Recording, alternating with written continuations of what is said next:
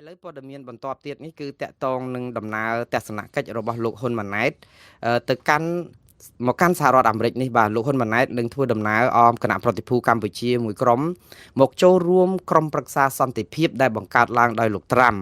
នៅឯរដ្ឋធានី Washington សហរដ្ឋអាមេរិកបើតាមព័ត៌មានសារព័ត៌មានអន្តរជាតិជាពិសេសគឺសារព័ត៌មានអាមេរិកដែលរាយការណ៍ជាច្រើនដែលបញ្ចេញព័ត៌មានដែលមិនប្រាប់ឈ្មោះ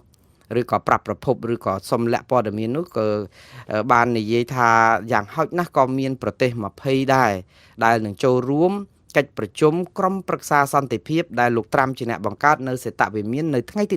19ខែកុម្ភៈនេះបាទសប្តាហ៍ក្រោយនេះឯងហើយការប្រជុំនេះគឺគោលបំណងធំបំផុតទី1គឺរកដំណោះស្រាយសន្តិភាពសម្រាប់តំបន់កាហ្សាបាទតំបន់កាហ្សាហ្នឹងគឺជាតំបន់ប្រទីនប្រទង់នៃចំនួនរវាងក្រុមប្រទេសអ៊ីស្រាអែលនិងពួកហាម៉ាស់ហើយនិងក្រុមប៉ាឡេស្ទីនដូច្នេះរឿងនេះគឺជារឿងនៅតំបន់មជ្ឈមបូព៌ាឯនោះទេហើយក្រុមប្រឹក្សាសន្តិភាពនេះគឺបង្កើតឡើងនៅក្នុងយន្តការមួយដោះស្រាយតែបញ្ហាកាហ្សានឹងឯងហើយកម្ពុជាបានប្រកាសថាចូលរួមជាសមាជិកគ្រាន់តែថាលោកត្រាំថាសមាជិកបើគ្រាន់តែជាសមាជិកអណ្ដែតបង់លុយតាមសទ្ធាប្រមាណក៏បានដែរដូចជា$20 លានតូចអីចឹងក៏ប៉ុន្តែបើសិនជាចង់ជាសមាជិកអចិន្ត្រៃយ៍គឺបង់លុយ$3,000 លានសំទោសជាង$1,000 លានឯណោះសម្រាប់ការដែលបង់ឲ្យសមាជិកអណ្ដែតនេះគឺបានអណ្ដែតបានតែ3ឆ្នាំទេចាប់ពី3ឆ្នាំទៅហ្នឹងគឺលែងបានជាសមាជិកអណ្ដែតនឹងទៅទៀតអញ្ចឹងតើតែបង់លុយដើម្បីក្លាយជាសមាជិកអចិន្ត្រៃយ៍តែយ៉ាងណាអ្វីដែលខាងសារព័ត៌មានអាមេរិកចុះផ្សាយនេះគឺថាកិច្ចប្រជុំនេះគឺនឹងរៀបចំនៅថ្ងៃទី19ដែលអាចមានគណៈប្រតិភូពីប្រទេស20ឥឡូវកម្ពុជាមានមួយហើយដោយសារតែមានសេចក្តីថ្លែងការណ៍របស់ក្រសួងការបរទេសកម្ពុជាដែលប្រកាសអំពីដំណើរទស្សនកិច្ចរបស់លោកហ៊ុនម៉ាណែតមិនមែនមកតែចូលរួមក្រុមប្រឹក្សាសន្តិភាពរបស់លោកត្រាំនឹងទេគឺអាចនឹងឈៀងទៅទស្សនកិច្ចនៅអឺរ៉ុបផងដែរប៉ុន្តែនៅក្នុងសេចក្តីថ្លែងការណ៍ឬក៏សេចក្តីប្រកាសព័ត៌មានរបស់ក្រសួងការបរទេសកម្ពុជាចុះថ្ងៃទី14ខែកុម្ភៈនេះគឺនិយាយអំពីការអញ្ជើញរបស់លោកហ៊ុនម៉ាណែតចូលរួមកិច្ចប្រជុំក្រុមប្រឹក្សាសន្តិភាពនៅអាមេរិកនិងធ្វើដំណើរទស្សនកិច្ចនៅអឺរ៉ុបនេះគឺអត់បាននិយាយអំពីថាតើនឹងយករឿងសន្តិភាពខ្មែរថៃយកមកដែលមកជជែកឬយ៉ាងណាដែរទេប៉ុន្តែជាការពិតក្រុមប្រឹក្សាសន្តិភាពលោកត្រាំនេះអត់មាននិយាយពីរឿងសន្តិភាពខ្មែរថៃទេគឺគេនិយាយអំពីតំបន់ហ្គាហ្សាដូច្នេះហើយសេចក្តីប្រកាសព័ត៌មានរបស់ក្រសួងការបរទេសនេះក៏ស្របទៅតាមតែនាំគណៈប្រតិភូមកចូលរួមដើម្បីបង្ក្រប់កិច្ចនៅក្នុងការជជែករឿងតំបន់កាហ្សាតាមពិតនៅក្នុងតំបន់កាហ្សានេះបើតាមដឹងគឺលោកត្រាំគ្រោងនឹងអាចអនុម័តកញ្ចប់ថវិកាមួយចំនួនដើម្បីជួយតាក់ទងនឹងរឿងតំបន់កាហ្សាស្ដារតំបន់នេះឡើងវិញហើយនឹងអាចនឹងបញ្ជូនទ័ពកម្លាំងប្រដាប់អាវុធចុះទៅជួយរក្សាសន្តិភាពឬគ្រប់គ្រងតំបន់នោះដោយកងរក្សាសន្តិភាពរបស់UN ដែររឿងនេះគឺអត់ដឹងស៊ីជម្រៅប៉ុណ្ណាទេហើយចាំបើបញ្ជូនទ័ពឬក៏ថវិកាជួយទៅខាងហ្គាហ្សាតើកម្ពុជាបរិច្ចាគប្រមាណសមាជិកអណ្ដែតឬមិនអណ្ដែតហ្នឹងតើជួយលុយប្រមាណឬក៏អាមេរិកជាអ្នកជួយទាំងអស់ហើយទ័ពដែលយកទៅការពារសន្តិភាពឬក៏រក្សាសន្តិភាពអីនៅហ្គាហ្សានេះតើកម្ពុជានឹងត្រូវបញ្ជូនទ័ពប្រមាណអីកម្លាំងប្រមាណយើងអត់ដឹងទេបងប្អូនយើងនៅរងចាំស្ដាប់ការពិភាក្សាគ្នានៅថ្ងៃទី19ហ្នឹងហើយក្រោយមកដែលលោកហ៊ុនម៉ាណែតថាទៅអឺរ៉ុបហ្នឹងក៏លោកហ៊ុនម៉ាណែតមិនបាននិយាយអំពីឬក្រសួងការបរទេសមិនបាននិយាយថាទៅអឺរ៉ុបទីក្រុង Brussels អីហ្នឹងឬក៏ទីក្រុង Geneva ហ្នឹងនឹងនិយាយអីខ្លះទេគ្រាន់តែថាជួបថ្នាក់ដឹកនាំនិងអ្នកពាក់ព័ន្ធសំខាន់ដើម្បីបង្កើនភាពជាដៃគូនិងកិច្ចសហប្រតិបត្តិការបន្ថែមទៀតបាទតាមពិតរឿងពេលនេះគឺជារឿងនៅក្នុងការយកបញ្ហាកម្ពុជាទៅនិយាយលើឆាកអន្តរជាតិប៉ុន្តែកម្ពុជាអត់បានលើកយកបញ្ហានេះថានឹងនិយាយជាមួយភាគីណាទេព្រោះអីកន្លងមកភាគីសហគមន៍អន្តរជាតិនេះហាក់បីដូចជាគិតថារឿងចំនួនខ្មែរថៃចប់ហើយបងប្អូនហេតុអីបានជាខ្ញុំនិយាយដូច្នេះគេគិតថារឿងចំនួនខ្មែរថៃនេះគឺចប់នៅពេលដែលអាមេរិកលូកដៃចូលឲ្យមានបទឈប់បាញ់ហើយកម្ពុជាព្រមព្រៀងឈប់បាញ់ហើយឲ្យគេគ្រប់គ្រងដែនដីកម្ពុជានៅកន្លែងណានៅកន្លែងហ្នឹងលែងមានផ្ទុះអាវុធនេះសហគមន៍អន្តរជាតិហាក់បីដូចជាគិតថាអ្វីៗគឺវាចប់ហើយព្រោះប្រទេសពីរនេះគេត្រូវរើគ្នាអញ្ចឹងទៅតែផ្ទៃក្នុងកម្ពុជាអត់បានត្រូវរើគ្នាអីកម្មចិត្តនៅច្រើនណាស់បងប្អូនព្រោះអីយើងនៅបាត់ដីយើងច្រើនណាស់ដល់ទៅ45ទីតាំង ហើយកម្ពុជានៅតែតវ៉ានៅតែបដិសេធនៅតែមិនទទួលស្គាល់ក៏ប៉ុន្តែទទួលស្គាល់ដីនៅក្នុងកិច្ចព្រមព្រៀងជាមួយគេរួចទៅហើយប្រកាសថាមិនទទួលស្គាល់ហើយក្នុងពេលជាមួយគ្នានឹងមិនប្តឹងទៅតុលាការយុត្តិធម៌អន្តរជាតិឬក៏តុលាការព្រហ្មទណ្ឌអន្តរជាតិតទៅសោះកាលពីមុនអ្នកស្រីម៉ាលីសុជាតានឹងធ្លាប់លើកថាកម្ពុជាកំពុងតែប្រមូលភស្តុតាងពងបាញ់គ្នាខ្លាំងហ្នឹងថាកម្ពុជាកំពុងប្រមូលភស្តុតាងដើម្បីដាក់ប្តឹងទៅតុលាការព្រហ្មទណ្ឌអន្តរជាតិកាលហ្នឹងខំបាទឥឡូវប្រហែលខែទៀតហើយបងប្អូនហាស្អីគេលិខិតមួយថាជូនដំណឹងពីខែមិថុនាឆ្នាំ2025នោះថាដាក់ប្តឹងទៅតុលាការយុត្តិធម៌អន្តរជាតិនឹងប្រជាពលរដ្ឋនឹងស្មានថានឹងជាពាក្យបណ្ដឹងនឹងនៅតែគិតថាកម្ពុជាប្តឹងហើយនឹងនៅវល់នឹងអត់ទាន់បានដាក់ប្តឹងនឹងក៏នៅតែចាំអញ្ចឹងទៀតទៅបាទហើយអ្នកច្បាប់អ្នកអីហ្នឹងក៏មានអំពាវនាវអីឲ្យដាក់ប្តឹងដាក់អីក៏អត់ប្តឹងទៀតទៅបាទឥឡូវនេះយើងខ្ញុំស្លេះរឿងដំណើរទស្សនកិច្ចរបស់លោកហ៊ុនម៉ាណែតសិនព្រោះអីអាទិត្យក្រោយឯនោះទេយើងចាំតាមដានបន្តទៅទៀតឥឡូវនេះគឺដំណឹងទី1ដែលខ្ញុំចង់ជម្រាបជូនបងប្អូនហ្នឹងតាក់ទងនឹងរឿងព្រំដែនកម្ពុជាថៃគឺយើងដឹងហើយថារដ្ឋាភិបាលកម្ពុជាមកដល់ម៉ោងនេះទទួលស្គាល់ដីថៃដែលកាន់កាប់បានវាយដណ្ដើមកាលពីថ្ងៃទី27ខែធ្នូឆ្នាំ2025ហ្នឹងគឺតែ14ទីតាំងទេនៅ4ខេត្តបាទក៏ប៉ុន្តែអ្វីដែលលោកអ៊ុំសំអានដែលជាមន្ត្រីរដ្ឋាភិបាលក្រៅប្រទេសផ្នែកកិច្ចការព្រំដែន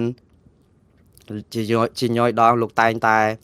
ផ្ដល់ព័ត៌មានបន្ថែមទៀតរហូតពីព្រំដែនមកដែលលោកអះអាងថាមានទំនាក់ទំនងស្និទ្ធជិតជាមួយនឹងទាហាននៅជួរមុខដែលផ្ដល់ដំណឹងឲ្យគាត់ផងហើយសារព័ត៌មានថៃគេផ្សាយផងហើយនឹងព័ត៌មានផ្សេងពីប្រភពរដ្ឋាភិបាលផងលោកច្រើនតែបង្ហាញនៅទីតាំងដែលថៃគ្រប់គ្រងបានកាលដំបូងឡើយគឺ25ក្រោយមក35ក្រោយមកក៏42ក្រោយ42នឹងខាងអាជ្ញាធរពោធិ៍សាត់នឹងបានប្រកាសថាមានការភ័ន្តច្រឡំអីអញ្ចឹងទៅអាចទៅនៅសល់41វិញអញ្ចឹងលោកក៏កែព័ត៌មាននឹងតាមការគួរនឹងទៅឥឡូវនេះស្រាប់តែថ្ងៃនេះលោកអ៊ុំសំអាននៅថ្ងៃទី14ខែកុម្ភៈចំថ្ងៃ Valentine's Day ទិវានៃក្តីស្រឡាញ់នេះគឺលោកថាមានព័ត៌មានថ្មីចុងក្រោយដែលថាទីតាំងដែលថៃដណ្ដើមបាននៅព្រំដែនខ្មែរថៃហ្នឹងគឺរហូតដល់ទៅ45ទីតាំងឯណោះហើយខ្ញុំនឹងអានឈ្មោះនេះជូនប្រហែលជាឈ្មោះមួយចំនួនហ្នឹងប្រហែលជាបងប្អូនគិតថាដដែលប៉ុន្តែបងប្អូននេះគ្រាន់តែជាការអះអាងរបស់លោកអ៊ុំសំអានដែលជាមន្ត្រីកិច្ចការព្រំដែនរបស់រដ្ឋាភិបាលក្រៅប្រទេសទេតាមពិតព័ត៌មានទាំងអស់នេះគឺតតែរដ្ឋាភិបាលកម្ពុជាជាអ្នកបញ្ជាក់បន្ថែមទៀតទើបគ្រប់ជ្រុងជ្រោយក៏ប៉ុន្តែបើយើងរងចាំរដ្ឋាភិបាលកម្ពុជាបញ្ជាក់នោះគឺយើងទៅសុំភ្លើងយៈហើយដូច្នេះខ្ញុំនឹងអានសាររបស់លោកអ៊ុំសំអានដែលនិយាយអំពីទីតាំងទាំង45កន្លែងដែលថៃកំពុងតែកាន់កាប់បានហើយនឹងថាតើរដ្ឋាភិបាលតបយ៉ាងម៉េចហើយព័ត៌មាននេះមានភាពពិតប៉ុណ្ណាសូមឲ្យបងប្អូនទទួលយកទៅពិចារណាតាមការគួរហើយកុំជឿ 100% អីបាទឥឡូវនេះលោកអ៊ុំសំអានថាថ្ងៃទី14ខែកុម្ភៈឆ្នាំ2026នេះបើតាមព័ត៌មានពីទាហានខ្មែរនៅជួរមុខនិងព័ត៌មានដែលយើងទទួលបានយើងអាចសរុបទីតាំងដែលកម្ពុជាបាត់បង់បន្ទាប់ពីសង្គ្រាមខ្មែរថៃចំនួន21ថ្ងៃគឺទាហានថៃកំពុងគ្រប់គ្រងទឹកដីខ្មែរមានចំនួន45ទីតាំងដែលរួមមានបាទទី1គឺប្រាសាទតាមាន់ធំទី2ប្រាសាទតាមាន់តូចទី3ប្រាសាទតាក្របី4ប្រាសាទខ្នា5ច្រកអានសេះ6ភ្នំ350 7ភ្នំ225 8ភ្នំ500 9ភ្នំ323 10ភ្នំ677 11ភូមិជោគជ័យ12ភូមិព្រៃច័ន្ទ13ភ្នំតាថង14អូភ្លុកដំរីគឺផ្ទះ3ខ្នង15តំបន់ច1 16ថ្មដាគឺច្រកព្រំដែនជ័យជំនះឬក៏ច្រក56 17ភ្នំទ្រាប់18ថ្មដូន19អូស្មាច់20ភ្នំប៉ោយ21បឹងត្រកួនគឺ4ភូមិ22ភ្នំ400 23អូខ្លាឃ្មុំគឺភ្នំ284 24ភ្នំផ្ទះតាមុកជាំតែ25អូផ្កាស្នេហ៍26តាថាវ27ជប់អង្គុញ20សូមអធិស្ឋានបងប្អូនខ្ញុំដាច់28មួយចាំមកផ្លិតខ្ញុំចង់ប្រាប់បងប្អូនឲ្យអស់កុំអោយថាដកស្រង់ប្រសាសន៍របស់គាត់ទៅមិនគ្រប់ជ្រុងជ្រោយមិញខ្ញុំអានដល់28ជោគគ្រោះបាទ29បោះស្បូវ30ជាំតែ31ដើមត្រាង32ដំណាក់ស្ដាច់33តាសឹម34ចាក់ច្រែង35ថ្ម3ដុំ36ភ្នំរ៉ើង37ភ្នំបស័យចាំក្រុង38តំបន់អណ្ដើក39ភ្នំគិញគក់ 40តំបន់កសេះ41ភ្នំពលានសាទុំភ្នំ42ភ្នំសេកតាសោម43ថ្ម8ដុំ44ច្រកលោកយីលៀបនិង45អូទី2តំបន់អូស្មាច់បានលោកអ៊ំសំអានបន្តទៀតថាទាហានខ្មែរកំពុងគ្រប់គ្រងទឹកដីខ្មែរចំនួន13ទីតាំងដែលមិនបាត់បង់ដោយសារសង្គ្រាមរួមមានប្រាសាទព្រះវិហារភ្នំខ្មោចភ្នំ330 5មករាវាលន្ទ្រីភ្នំតងោលបង្គោល8មុំ3ពលានថ្មសបុកឃុំតំបន់75ភ្នំ333និងភ្នំ398បាទដូច្នេះទីតាំងដែលច្បាំងគ្នាឬក៏ផ្ទុះសង្គ្រាមគឺកម្ពុជាបាត់បង់45ទីតាំងនិងរក្សាបាន13ទីតាំងនេះតាមប្រសាសន៍របស់លោកអ៊ុំសំអានហើយលោកបានបន្ថែមទៀតថាទឹកដីខ្មែរចំនួន45ទីតាំងដែលទាហានថៃកំពុងគ្រប់គ្រងគឺមានទំហំរាប់រយគីឡូម៉ែត្រការ៉េទៅដល់រាប់ពាន់គីឡូម៉ែត្រការ៉េឯណោះថៃកំពុងឈ្លានពានទឹកដីខ្មែរហួសពីផែនទីខ្នាតមួយលើ50,000របស់ខ្លួនទៅទៀតបាទបងប្អូនទាំងអស់គ្នាការដែលផ្សាយព័ត៌មាននេះមិនមែនជាការដែលផ្សព្វផ្សាយព័ត៌មានប្រឌិតឬក៏ធ្វើឲ្យបងប្អូននឹងថ្នាក់រដ្ឋាភិបាលកាន់តែខ្លាំងអីយ៉ាងណានោះទេនេះគឺជាប្រសាសន៍របស់លោកអ៊ុំសំអានជាមន្ត្រីជាន់ខ្ពស់របស់រដ្ឋាភិបាលក្រៅប្រទេសផ្នែកកិច្ចការព្រំដែនហើយក៏យើងចាំស្ដាប់ពីខាងរដ្ឋាភិបាលព្រោះតាមទម្លាប់ខាងរដ្ឋាភិបាលច្រើនតែប្រកាសទាត់ចោលព័ត៌មានលោកអ៊ុំសំអានបើសិនជាមិនពិតក៏ប៉ុន្តែមួយរយៈពេលចុងក្រោយនេះតកតងនឹងការដែលថៃគ្រប់គ្រងដែនដីខ្មែរបានប្រមាណទីតាំងនេះមិនដែលឃើញរដ្ឋាភិបាលមកគូសខ្វែងចោលសេចក្តីប្រកាសព័ត៌មានឬក៏ការថ្លែងរបស់លោកអ៊ុំសំអាននៅឡើយទេហើយមិនដឹងថាលើកនេះនឹងធ្វើដដែលឬយ៉ាងណាដរាបណារដ្ឋាភិបាលមិនទាត់ចោលព័ត៌មាននេះទេគឺយើងអាចចាត់ទុកថាមានកម្រិតក៏ពិតច្រើនដែរបាទអញ្ចឹងយើងនឹងតាមដានរឿងនេះតទៅទៀតបងប្អូនប៉ុន្តែកុំថាឡើយ45